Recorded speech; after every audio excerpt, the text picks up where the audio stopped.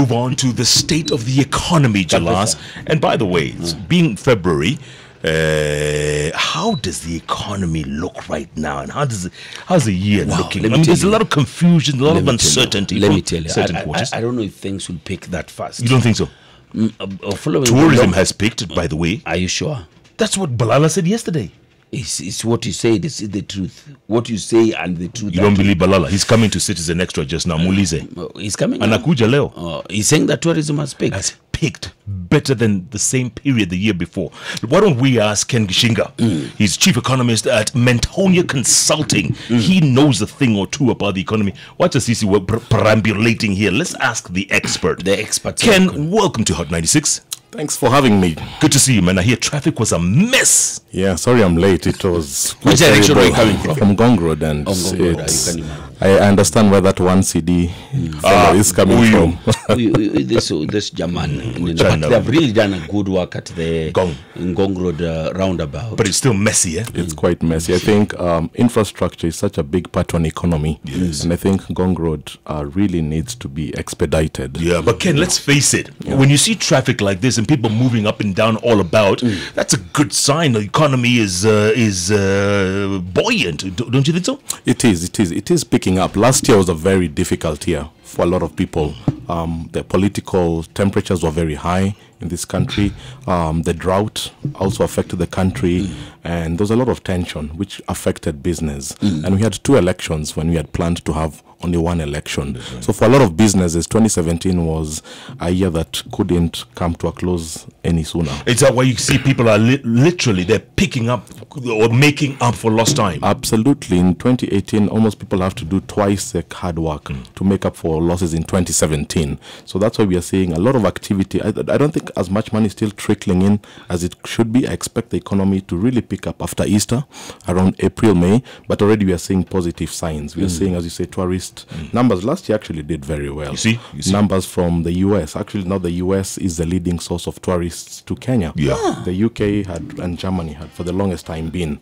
And that's because of many things. Ever since Obama came to Kenya in 2015, is that there's right? been a big interest in Kenya from the United States. So it's only a matter of time that it's picking up. And by the way, Ken, sorry to cut you off. There's non-stop KQ flight starting in October. JKIA to JFK. Is that going to be a game changer as well? That's an absolute game changer. The U.S. economy is $18 trillion. So for us to be connected to New York City, the largest city in the United States, I think for us, for our exporters, for our businessmen, I think it's going to be an absolute game changer. Yeah. American tourists, I mean, I'm surprised, huh?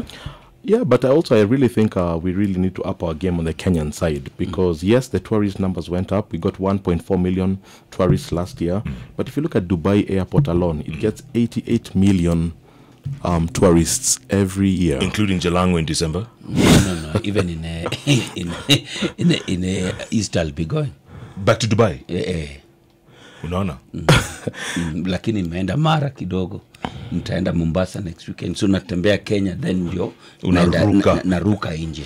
88 million. If you look at a country like Spain, Spain has the same population as Kenya, same geographical size as Kenya. They get about 70 million tourists every year. So our 1.5 million is good. Yes, it's better than last year's 1.3 million. But I think we still have a lot of work, and we have fantastic products in this country. The Masai Mara, the beach safaris. I think marketing these products to the U.S. market, the big cities of L.A., Chicago, New York, I think that's going to be an absolute game changer. Yeah. Obviously, Balala, as tourism CS, has been retained, and he's on a road trip, I heard, in the next couple of weeks. He's on a road trip to the U.S. Obviously, they realize that's the market, huh? No, absolutely. I mean, if you're talking of an $18 trillion economy, almost 250 million people population, who many of them never knew where Kenya was maybe 3, 4, 5 years ago. You know, it's the Obama's presidency is really what gave Kenya the spotlight. So for many people, Kenya is maybe 10 years old in their mind. And I think people are curious about where is this country called Kenya and East Africa. So I think if we can do our communication right, I think absolutely we can tap that market big time. The other numbers I saw on the rise are Indian tourists. Yes. I was very surprised. Wahindi wanakuja wengi sana. Wanatembea. Is that, you see that? Absolutely. In fact, the 88 million going to Dubai, almost 30% are Indians going through Dubai onto other countries. And yes, coming to Kenya, Kenya has a very strong spiritual relationship with India because of the ancient railway line back in 1901. We have a very strong connection. So absolutely, it's but I think we need to also diversify our sources of tourists. Yes, we know Europe, we know the States, but I don't hear people talking of Brazil. I don't hear people talking of Russia. And these are what we call the emerging markets. China is making a big inroads in Africa. Absolutely. So are they sending tourists or are they just sending workers? They are sending tourists. In fact, China has more dollar billionaires than the United States. Wow. Many of them go to Europe, to Spain for their vacation. So how can we tap into that market, into Kenya? Other than tourism, Ken, what else? What else are we focusing on? So our three sources of remittances are, number one, we get diaspora remittances. This is your cousin, your father, your mother who lives in the States. That's what brings a lot of dollars to this economy. What are we talking? 2B, 3B? We're talking of, no, we're not talking, we're talking of, in probably 2B, 127 billion shillings, so about $1.2 billion. If we're talking of tea money, almost $1 billion. We're talking of coffee. These are the things that bring dollar to this economy. But from Kenya, from a ground perspective, obviously agriculture is the big economy in this country. Are we still big in coffee? We are not as big. If you look at areas like Kiambu, a lot of farmers have opted to go to real estate. Because coffee prices have been stable, but if somebody tells you your 1 acre in Fome is going for this amount of millions, every farmer is gonna you drive into Kiambu nowadays, you know that the serenity that you used to see of green plantations of coffee, and it was gone. Oh boys. Estates everywhere, flats kila mahali, kila pali imekatwa, Red Hill wapi huko, kila pali imega, every estates and estates and estates, 4 ways as you go, just from hapa to Runda ukianza kuingia Kiambu ndani. It's all gone, man. It's looking really bad. Bypass all the way in. 4 ways, 4 ways as you go. It's all estates. And now. like Ken said, I mean, if someone is offering you $1 billion shillings for that 1 acre, utachukua sana na ukimbia na usahau mambo ya kahawa itafika 1 billion lini. What about horticulture? No, absolutely. Horticulture. Big, eh? Big. I mean, if you talk of flower, Kenya is the biggest flower exporter into Europe. So those are the big dynamics. People talk of watermelons, chilies. These are things traditionally we've done for a long time. But what are the key drivers of the Kenyan economy? And there are 3 of them. We have a very diversified economy in Kenya. Unlike South Africa, which depends on gold, or Nigeria, which depends on oil, we don't have a natural resource that we depend on. We are a very diversified economy. We have tourism, we have coffee, we have tea, and that is wonderful, because if one sector is doing poorly, like tourism has been really struggling for the longest time. It's only now that it's coming back on board. We have other sectors that can support us. Number 2 is we have the demographics. We have a very young economy here. The average age in Kenya, the median age is 19 years. You compare that to 37 years in the US or China. It means we have a very young economy. So all these people are going to go to university or into technical polytechnics. They're going to get jobs. They're going to require houses, so I think that's why property market has taken off, because there are very many first-time home buyers. There are very many people coming into the labor market. So that is fantastic. Then we have infrastructure. What we just talked about, the SGR, the Ngong roads being expanded. Those are the 3 dynamics that are going to really transform. And of course, devolution, the counties. Those are a whole game changer. But devolution, unless really checked, it can mess up this everything because of corruption. Corruption around it is crazy. Runaway. You mentioned the SGR, Ken. There's some people, critics, who say that this has been a white elephant. That it first of all, it cost a lot more than what was written down on paper, and it's going to take a long time for us to make that money back. Do you agree with that, or what do you say? I mean, it did cost $3 billion. It was quite expensive. But if you For look at single gauge or whatever. for Diesel. the standard gauge, really, Yes. which is actually is going to be electrified. They got 25 billion to electrify it from the Chinese. So I understand it when people talk about the debt that we are accruing. But again, if you look at economic theory, the way you increase an economy is you improve the infrastructure. You improve your roads, you improve your railways, you improve your airports, because that's where the goods export and import business. So I think it's still very early days. We are less than 1 year in the SGR. Yes, I know they've already raised their rates to 1,200 shillings, and I have seen the consumer groups are very much against that. But for me, I think we need to look at this in the next 10 years. How much cargo can come through? How much passengers can travel? And we're not just talking of dollar numbers, we're talking of lives saved, because the roads and the highways have really cost many, many lives, which have an economic cost. So if people have a safer option, like the SGR, a lot of people this December, use that option. So I think for me, we have to look at it. Yes, there are public debt concerns that every mega project has to bring, but what's the longer term consequences? And for me, I think it's the ability to do more business with the world. Yeah. Phase 2 is already underway. I understand it's all the way to Narok. Yes, when you go through just before Suswa, Suswa, you can see the SGR picking up. So by the time it reaches Kisumu, yeah, it's, if you look at it right now, the ideal way of how an SGR should be when the ship comes to the Mombasa port, the cargo needs to go straight from the ship onto the SGR. Right now, there is no that direct connection. So you need to put the cargo onto a truck. The truck takes it to the SGR. So there's some inefficiency. That gets here to Nairobi.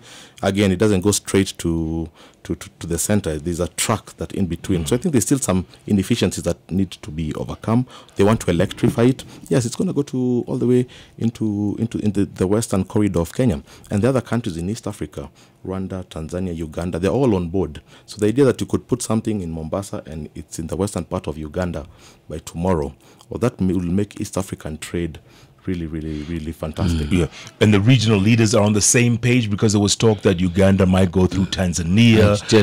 Tanzania had pulled out, and they were building their own. They are building their own. They are right now. They're already building their own SGR. And theirs is not that it will be electrified later.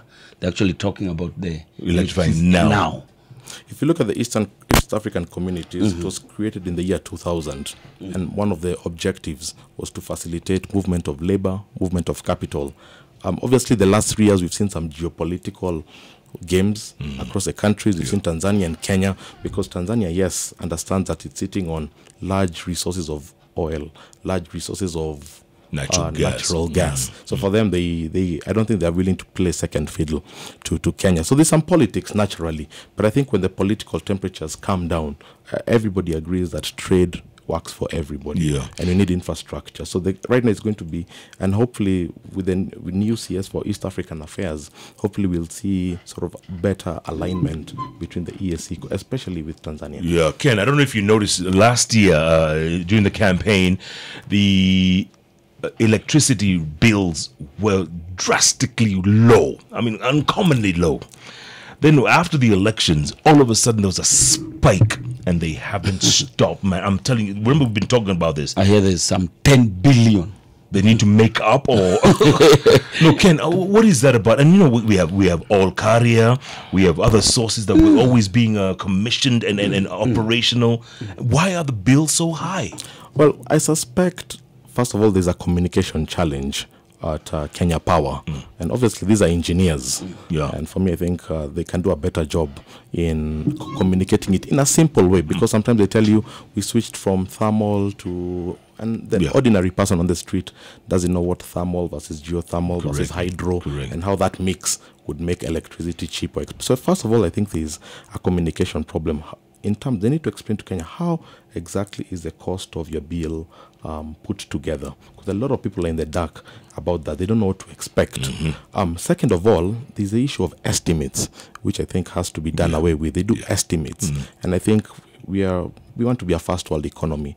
I mean, you've lived in the States, in the UK, and you know how they don't do estimates. It's pretty much, it's all computerized. Correct. Actually, you can actually anticipate. So I think for me, those are the two issues. Then there's the last issue of, so they say they've backdated those estimates for the last 6 months, you can't offload it to the public all at once. Exactly. Not after having such a difficult year last year. Manufacturers, they'll tell you any day that the biggest problem is the cost of energy in Kenya. That's where manufacturers. So one of the big four, what President Uhuru Kenyatta calls the big four in manufacturing, is how do we reduce the cost of energy, because that's what is really catapults manufacturing. So for a lot of people, this was very annoying because January is always a very tough month.